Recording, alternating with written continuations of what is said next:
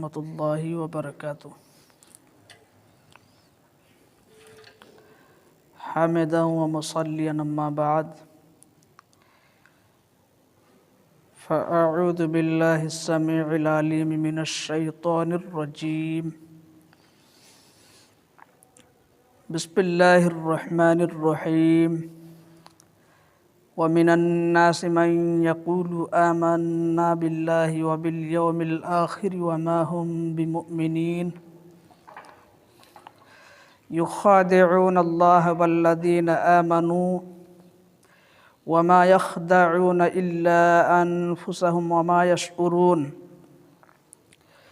في قلوبهم مرض فزادهم الله مرضا وَلَهُمْ عَذَابٌ أَلِيمٌ بِمَا كَانُوا يَكْذِبُونَ وَإِذَا قِيلَ لَهُمْ لَا تُفْسِدُوا فِي الْأَرْضِ قَالُوا إِنَّمَا نَحْنُ مُصْلِحُونَ أَلَا إِنَّهُمْ هُمُ الْمُفْسِدُونَ وَلَكِنْ لَا يَشْعُرُونَ وَإِذَا قِيلَ لَهُمْ آمِنُوا كَمَا آمَنَ النَّاسُ قَالُوا أَنُؤْمِنُ كَمَا آمَنَ السُّفَهَاءُ ألا إنهم هم السفهاء ولكن لا يعلمون وإذا لقوا الذين آمنوا قالوا آمنا وإذا خلوا إلى شياطينهم قالوا إنا معكم إنما نحن مستهزئون۔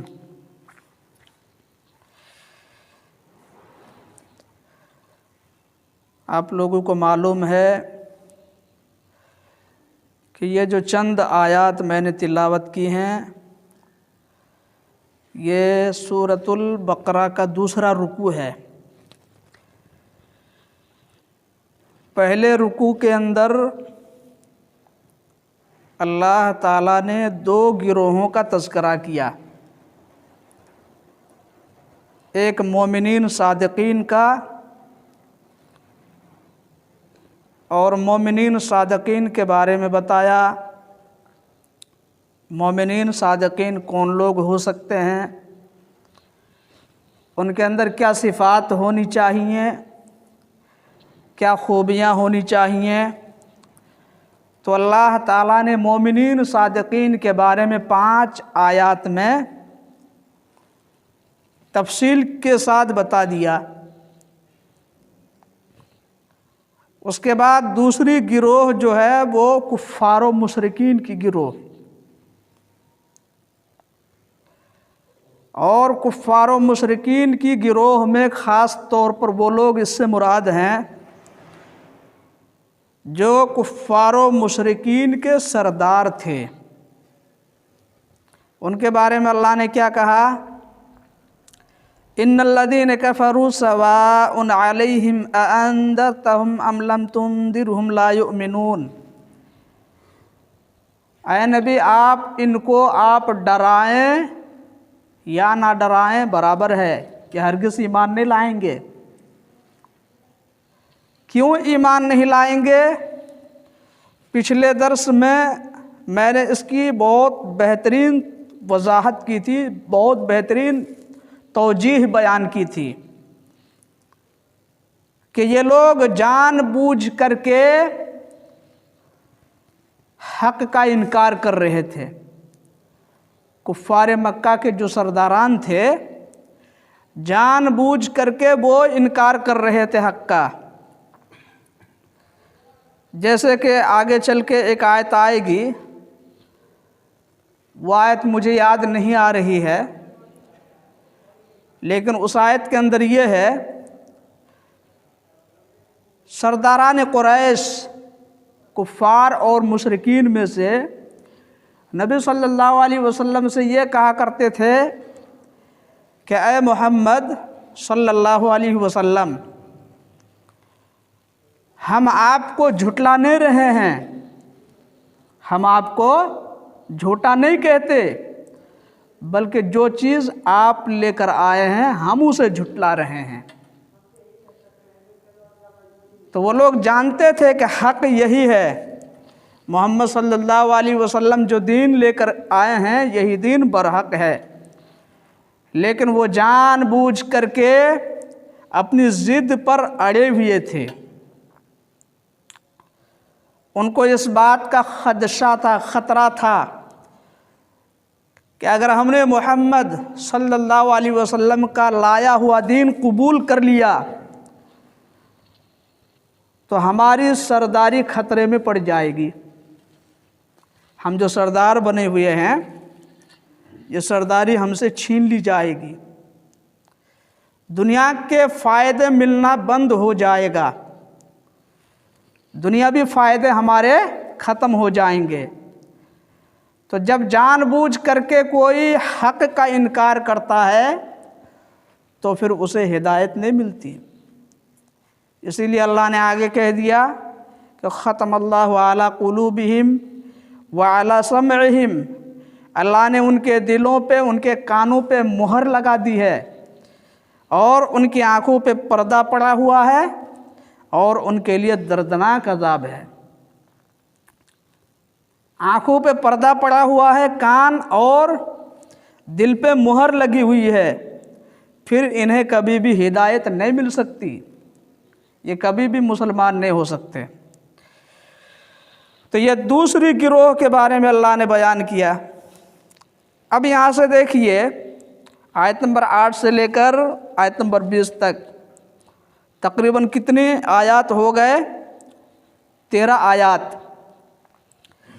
13 آیات کے اندر اللہ تعالیٰ نے تیسری گروہ کا ذکر کیا ہے، لیکن یہ کون سی گروہ ہے، کون سی جماعت تھی، کون سی جماعت ہے، اللہ نے اس کا نام نہیں لیا۔ البتہ آیات کے سیاق و سباق سے پتہ چلتا ہے، قرآنی آیات کے حروف سے پتہ چلتا ہے کہ یہ منافقین ہی تھے۔ یہ گروہ کس کی تھی؟ منافقین کی تھی۔ اور پچھلے درس میں آپ کو یاد ہوگا میں نے مختصر طریقے سے بتایا تھا کہ منافقین صرف اللہ کے رسول صلی اللہ علیہ وسلم کے زمانے میں نہیں تھے، بلکہ یہ ہر زمانے میں موجود رہیں گے، آج بھی موجود ہیں، منافقین آج بھی موجود ہیں۔ یہ الگ بات ہے کہ ان کی شکل و صورت بدل چکی ہے، ان کے پیترے بدل چکے ہیں، ان کا طریقہ کار بدل چکا ہے، لیکن آج بھی منافقین موجود ہیں اور یہ قیامت تک رہیں گے۔ تو اللہ نے منافقین کا لفظ استعمال تو نہیں کیا، لیکن آیات کے سیاق و سباق سے پتہ چلتا ہے کہ یہ منافقین ہی تھے، اور یہ اسلام کے کتنے خطرناک دشمن تھے آپ اس سے سمجھ سکتے ہیں۔ اسلام کے کتنے خطرناک دشمن ہیں کہ اللہ نے مومنین صادقین سے متعلق 5 آیات میں بیان کیا، کافروں سے متعلق صرف 2 آیات میں، اور منافقین سے متعلق منافقین کے بارے میں 1 2 نہیں، 4 5 نہیں، پورے کے پورے 13 آیات اللہ تعالیٰ نے اس سورت کے شروع میں نازل کر دی۔ اور منافقین کے نام سے آپ جانتے ہیں ایک پوری سورت کا نام ہے سورۃ المنافقون، سورہ نمبر 63 نمبر کی سورت ہے۔ اللہ نے منافقین کے نام سے پوری سورت ہی نازل کر دی۔ تو اسلام کے بہت ہی خطرناک دشمن ہیں یہ اپنے دل میں کچھ اور چھپا کے رکھتے ہیں، زبان سے کسی اور چیز کا اظہار کرتے ہیں۔ جیسے میں نے کہا تھا کہ منافق کسے کہتے ہیں؟ منافق اسے کہتے ہیں جو دل میں کفر کو چھپا کے رکھے، دل میں کفر چھپا کے رکھے اور زبان سے اسلام کا اظہار کرے۔ یا دوسرے الفاظ میں آپ یوں سمجھ سکتے ہیں کہ منافقین وہ ہے جو دل میں شر اور برائی کو چھپا کے رکھے اور زبان سے بھلائی اور نیکی کا اظہار کرے۔ اور آج کل بھی اس طرح کے لوگ آپ کو مل جائیں گے. آپ سامنے جائیں گے، السلام علیکم، آپ کیسے ہیں؟ بہت اچھے آدمی ہیں، بہت اچھے انسان ہیں، آپ کے بال بچے کیسے ہیں، کاروبار کیسا ہے آپ کا، اللہ آپ کو خوش رکھے، آپ کے کاروبار میں برکت دے. سامنے جب ملتے ہیں تو اس طرح کی چکنی چپڑی باتوں سے آپ کو مسحور کرنے کی کوشش کرتے ہیں، لیکن جیسے ہی وہاں سے ہٹ جاتے ہیں کہ موقع ملتا تو کمینے کو مار دیتا. ہمارے بہت بڑے دشمن ہیں، یہ ہمارے بہت بڑے دشمن ہیں، ان کو مار دیتا، ان کو ختم کر دیتا. اگر ہمارے اندر طاقت ہوتی تو ان کو ختم کر دیتا. تو یہی حال منافقین کا تھا. وہ مسلمانوں سے جب ملتے تھے بڑے خوش دلی سے ملتے تھے، لیکن جب کافروں سے ملاقات کرتے، کافروں کے سرداروں کے پاس جاتے تو مسلمانوں کی خوب برائیاں کرتے تھے، محمد صلی اللہ علیہ وسلم کی خوب برائیاں کرتے تھے. تو آیات کا ترجمہ سے آپ کو معلوم ہو جائے گا یہ کون لوگ ہیں. ترجمہ سنیے. وَمِنَ النَّاسِ مَن يَقُولُ آمَنَّا بِاللَّهِ وَبِالْيَوْمِ الْآخِرِ وَمَا هُمْ بِمُؤْمِنِينَ. اور لوگوں میں سے بعض کہتے ہیں کہ ہم نے اللہ پر اور یوم آخرت پر ایمان لایا. اس کا دوسرا ترجمہ یہ ہے، لوگوں میں سے بعض لوگ یہ کہتے ہیں کہ ہم اللہ پر اور یوم آخرت پر ایمان رکھتے ہیں. وما ہم بمؤمنین، حالانکہ یہ مومن ہے ہی نہیں، یہ ایمان لانے والے لوگ نہیں ہیں، یہ صرف اپنے منہ سے بول رہے ہیں، ان کے دل میں کچھ اور چھپا ہوا ہے. تو ایسا کر کے وہ کیا سمجھ رہے تھے اپنے آپ کو کہ ہم مسلمانوں کو دھوکہ دے رہے ہیں. مسلمانوں میں جاتے ہیں تو اپنے آپ کو مسلمان کہتے ہیں، تو اس سے ہمارا فائدہ کیا ہو رہا ہے کہ مسلمان بھی ہمیں اپنا اچھا سمجھتے ہیں، اپنا بھائی ہی سمجھتے ہیں، تو ادھر بھی ہمیں فائدہ مل رہا ہے. اور کفار و مشرکین کے پاس جایا کرتے تھے، ان سے ملے ہوئے ہیں ہم، تو ان سے بھی فائدہ مل رہا ہے. دونوں طرف سے ہمیں فائدہ مل رہا ہے. اور اپنے خیال کے مطابق یہ سوچتے تھے اس طریقے سے ہم مومنین کو، مسلمانوں کو دھوکہ دے رہے ہیں. سب سے پہلے تو ان کی یہ سوچ تھی کہ ہم جو ایسا کام کر رہے ہیں تو اللہ کو ہماری حرکت کا کچھ بھی علم نہیں ہے، اللہ کو پتہ نہیں ہے. حالانکہ وہ بیوقوف ہی ہوگا جو ایسی سوچ رکھے گا، کیونکہ اللہ تو چھوٹی چھوٹی چیز کی خبر رکھتا ہے. یہاں تک کہ کالے پہاڑ کے اندر اگر کوئی کالا پتھر ہو اور اس کالے پتھر کے اندر کوئی کالی چیونٹی چل رہی ہو تو اس کے رینگنے کی آہٹ بھی اللہ جانتا ہے. تو منافقین اللہ سے کیسے چھپا سکتے ہیں اپنے کرتوت؟ تو وہ کیا کہتے تھے؟ یخادعون اللہ والذین آمنوا. وہ اپنے خیال کے مطابق یہ سمجھ رہے تھے کہ وہ اللہ کو دھوکہ دے رہے ہیں، حالانکہ اللہ کو تو دھوکہ کوئی دے ہی نہیں سکتا، کیونکہ اللہ دلوں کے حال سے واقف ہے، اللہ ہر چیز سے باخبر ہے، اللہ ہر چیز کو جانتا ہے. تو پھر اللہ کو کیسے دھوکہ دے گا کوئی؟ دھوکہ تو اسے دیا جا سکتا ہے جو انجان ہو، جو کسی کی خبر سے باخبر نہ ہو، جو کسی کی حالت نہ جانتا ہو، اسے دھوکہ دیا جا سکتا ہے. آج جسے سب کچھ معلوم ہے اسے کیسے دھوکہ دے سکتے ہیں بھائی؟ بالکل نہیں دے سکتے. تو اللہ نے کہا اللہ کو تو دھوکہ دے ہی نہیں سکتے یہ لوگ، بلکہ اپنے آپ کو دھوکہ دے رہے ہیں. اسی طرح والذین آمنوا، یہ اپنے خیال کے مطابق یہ سمجھ رہے تھے ہم مومنین کو بھی، مسلمانوں کو بھی دھوکہ دے رہے ہیں، حالانکہ اس معاملے میں بھی وہ غلط تھے. وقتی طور پر ہو سکتا ہے مسلمانوں کو معلوم نہ ہو، لیکن جب اللہ نے ان کے بارے میں قرآن کریم کی آیات نازل کر دی تو مسلمانوں کو بھی معلوم ہو گیا کہ یہ چھپے ہوئے آستین کے سانپ ہیں، لہذا ان سے بچنا چاہیے، ان سے ہمیں بچنا چاہیے، یہ ہمارے لیے بہت ہی خطرناک ہیں۔ تو مسلمانوں کو بھی دھوکہ نہیں دے سکتے، کیونکہ اللہ تعالیٰ مسلمانوں کو بتا دیتا تھا، نہ اللہ کو دھوکہ دے سکتے نہ مسلمانوں کو دھوکہ دے سکتے۔ پھر کیا ہوتا؟ پھر ان کے ساتھ کیا ہوگا؟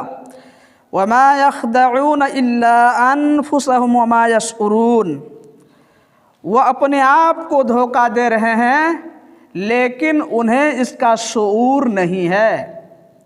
دوسرا ترجمہ یہ ہوگا، وہ اپنے آپ کو دھوکہ دے رہے ہیں لیکن وہ غور و فکر نہیں کرتے، وہ سوچتے نہیں ہیں بالکل بھی کہ ہم جو دھوکہ دینا چاہ رہے ہیں تو ہمارا یہ کام کامیاب ہوگا یا فیل ہو جائے گا۔ اللہ کو کوئی دھوکہ بھی دے سکتا ہے، مسلمانوں کو کیسے ہم دھوکہ دے دیں گے؟ کیونکہ مسلمان تو صرف اللہ کو مانتے ہیں، اللہ تو ان کے راز سے پردہ اٹھا دے گا، مسلمانوں کو اللہ بتا دے گا، تو اصل میں تو نقصان میں ہم ہی لوگ رہیں گے۔ فی قلوبہم مرض فزادہم اللہ مرضا، ان کے دل میں بیماری ہے۔ کس چیز کی بیماری؟ یا آپ یوں کہہ سکتے ہیں ان کے دل میں روگ تھا۔ کس چیز کا روگ؟ نفاق کا روگ۔ دل میں کچھ اور ہوتا، زبان سے کچھ اور ظاہر کرتا، اور یہ بہت ہی خطرناک دشمن ہوتے ہیں۔ میں نے مثال بھی دی تھی، ایک کہاوت پیش کی تھی کہ گھر کا بھیدی لنکا ڈھائے۔ اسی طرح آستین کے سانپ سے میں نے مثال دی تھی کہ باہر کے دشمنوں سے بچ سکتے ہیں، لیکن گھر والے اگر دشمنی پہ اتر آئے تو آپ کسی بھی حال میں بچ نہیں سکتے، آپ کا بہت زیادہ نقصان ہو سکتا ہے۔ تو منافقین یہی سمجھ رہے تھے اپنے آپ کو۔ فی قلوبہم مرض فزادہم اللہ مرضا، ان کے دل میں بیماری تھی تو اللہ نے ان کی بیماری کو اور بڑھا دیا۔ اللہ دلوں کا حال جانتا ہے، کون آدمی کس راستے پہ چلنا چاہتا ہے۔ اگر اس کے دل میں حق کو تلاش کرنے کی تڑپ ہوتی ہے کہ مجھے حق ملنا چاہیے، صحیح راستہ ہم تلاش کر کے حاصل کر لیں گے، اگر اس چیز کی تڑپ ہوتی ہے تو اللہ تعالیٰ اس کی مدد کرتا ہے، کیونکہ اللہ دلوں کا حال جانتا ہے۔ تو اللہ تعالیٰ اس کو اسی راستے پہ چلا دیتا ہے، اللہ تعالیٰ اس کے لیے ذریعہ پیدا کر دیتا ہے۔ لیکن اگر آدمی دل سے کوئی خواہش ہی نہ کرے بلکہ حق کو ٹھکرانے کی کوشش کرے، دل میں ٹھان لے، یا اسی طرح تکبر و گھمنڈ سے انکار کر دے، یا ضد پہ اڑا رہے، تو پھر اسے کبھی بھی حق نصیب نہیں ہوتا۔ یہی حال منافقین کا تھا۔ ان آیات میں اللہ تعالیٰ نے منافقین کی 2 مثالیں دی ہیں۔ وہ کیا مثالیں ہیں انشاءاللہ آگے چل کے بتائیں گے۔ وَلَهُمْ عَذَابٌ عَلِيمٌ بِمَا كَانُوا يَكْذِبُونَ، اور ان کے لیے دردناک عذاب ہے بسبب اس کے کہ وہ جھوٹ بولتے ہیں۔ ان کے جھوٹ بولنے کی وجہ سے، جھوٹ کیا؟ زبان سے مسلمان ہونے کا اظہار کر رہے تھے اور اندر دل میں کفر کو چھپائے ہوئے تھے، یہ جھوٹ ہی تو ہے، زبان سے جھوٹ بول رہے تھے وہ، تو اللہ نے کہا ان کے جھوٹ بولنے کی وجہ سے ان کے لیے دردناک عذاب ہم نے تیار کر رکھا ہے۔ وَإِذَا قِيلَ لَهُمْ لَا تُفْسِدُوا فِي الْأَرْضِ قَالُوا إِنَّمَا نَحْنُ مُصْلِحُونَ، جب ان سے کہا جاتا ہے کہ زمین میں فتنہ فساد مت پھیلاؤ تو کہتے ہیں کہ ہم تو اصلاح کرنے والے ہیں بھائی، ہم تو فتنہ فساد کو ختم کرنا چاہتے ہیں۔ یہ ہر دور کے منافقین کا طریقہ کار رہا ہے کہ وہ اپنی باتوں سے، اپنے حرکات سے سماج کے اندر، سوسائٹی کے اندر فتنہ فساد پھیلانے کی کوشش کرتے ہیں، لیکن جب ان سے کہا جاتا ہے بھائی ایسا کیوں کر رہے ہو، ارے ایسا ہم اس لیے کر رہے ہیں تاکہ سماج سے فتنہ فساد ختم ہو جائے، حالانکہ سب سے زیادہ فسادی آدمی وہی ہوتا ہے۔ مثال کے طور پر ہم نے کسی کے سامنے جا کے کہا کہ آپ بہت اچھے آدمی ہیں، ٹھیک ہے، آپ بہت اچھے آدمی ہیں، ان کی تعریف کر دی اور بہت ہی اچھے انداز سے ملا، لیکن دوسرے آدمی کے پاس جا کے کہہ دیا وہ آدمی تو بہت برا ہے، اس کے اندر یہ عیب ہے۔ اب کیا ہوا، وہ آدمی آ کے بول دیے کہ آپ کے بارے میں تو ایسا کہا ہے، جس آدمی کی میں نے تھوڑی دیر پہلے تعریف کی تھی اس آدمی کے پاس آ کے کہہ دیا کہ فلاں آدمی آپ کی برائی بیان کر رہا تھا، آپ کے بارے میں ایسی ایسی باتیں کر رہا تھا۔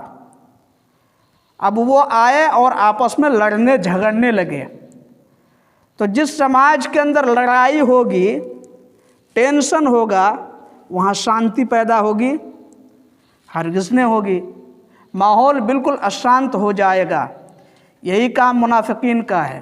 آج کے دور میں بھی دیکھیے، چھوٹی چھوٹی بات کو وہ ہوا دیتے ہیں اور فتنہ فساد پھیلانے کی کوشش کرتے ہیں۔ اللہ کے رسول کے زمانے سے یہ چلا آ رہا ہے اور قیامت تک یہ چلتا رہے گا۔ اسی لیے اللہ نے کیا کہا کہ ان کے لیے دردناک عذاب ہے۔ سب سے زیادہ سخت عذاب اگر کسی کو ہوگا تو منافقین کو ہوگا۔ اور اس سلسلے میں نے سورہ نساء کی ایک آیت کا حوالہ دیا تھا پچھلے درس میں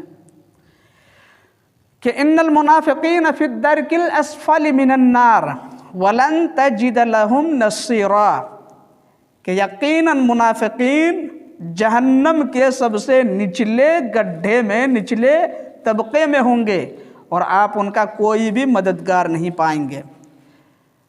تو منافقین کو بہت ہی بھیانک سزا ملے گی کہ جہنم کا سب سے نچلا طبقہ جو ہوگا اس کے لیے رکھا جائے گا، کیونکہ سب سے زیادہ اگر اسلام کو نقصان پہنچا ہے، کس سے پہنچا ہے؟ منافقین سے پہنچا ہے، اسی لیے سب سے بدترین سزا بھی انہیں ملے گی۔